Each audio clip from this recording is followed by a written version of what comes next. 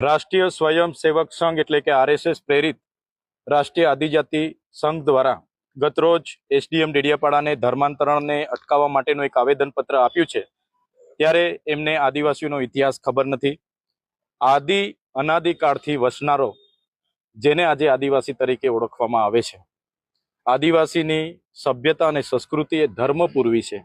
આદિવાસી એ પ્રકૃતિને પૂંજનારો છે। જે તે સમયે 1970-80ના દાયકામાં આ વિસ્તારોમાં ખ્રિસ્તી મિશનરીના લોકો આવ્યા। એમણે શિક્ષણ, આરોગ્ય અને રોજગાર પર ભાર મૂકીને કેટલીક સેવાકીય પ્રવૃત્તિ આ વિસ્તારમાં કરી।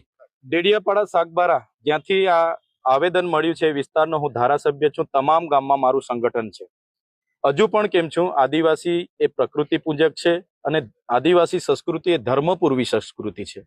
એટલે ભલે આદિવાસી કોઈ પણ ધર્મમાં ગયો હશે, પણ એ મૂળ આદિવાસી છે ને। રાષ્ટ્રીય સ્વયંસેવક સંઘ એટલે કે આરએસએસ પ્રેરિત રાષ્ટ્રીય આદિજાતિ સંઘ દ્વારા ગતરોજ એસડીએમ ડેડિયાપાડાને ધર્માંતરણને અટકાવવા માટેનું એક આવેદનપત્ર આપ્યું છે। ત્યારે એમને આદિવાસીઓનો ઇતિહાસ ખબર નથી।